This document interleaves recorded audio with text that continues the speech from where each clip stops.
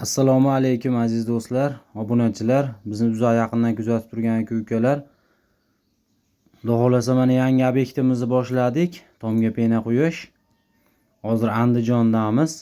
Mana bu joylarimizga hozir 10 sm qilib quydik uyga.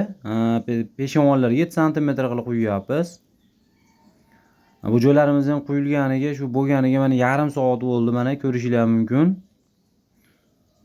Qatiga ham suvda bemalol yursa bo'laveradi. Mana zardevorni urishmagan ekan, misol mana ertadan mana bugun quyib chiqib ketsa tugatib, ertadan chiqib bemalol zardevorni ham urishaveradi suvda yurib.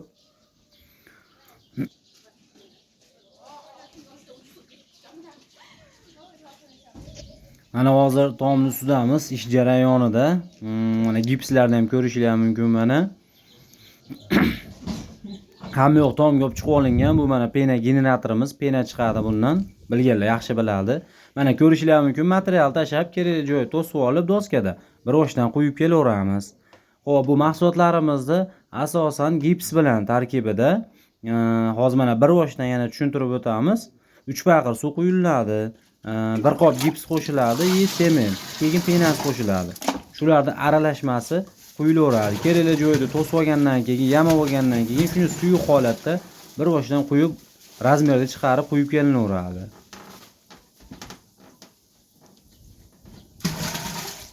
Mana ko'rishingiz mumkin, hozir mana bir qator quyib ham ko'rsatib beramiz.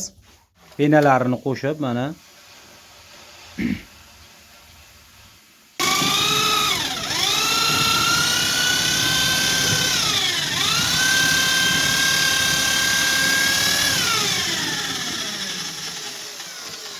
shunday suyuq holatda quyilaveradi. Mana ko'rishingiz mumkin. O'zi bu quygan narsamiz 5 minut, uzog'i bilan 10 minutda qatiydi, lekin qurishiga necha vaqt talab qiladi. 15 kun, 20 kunda qurib ketadi.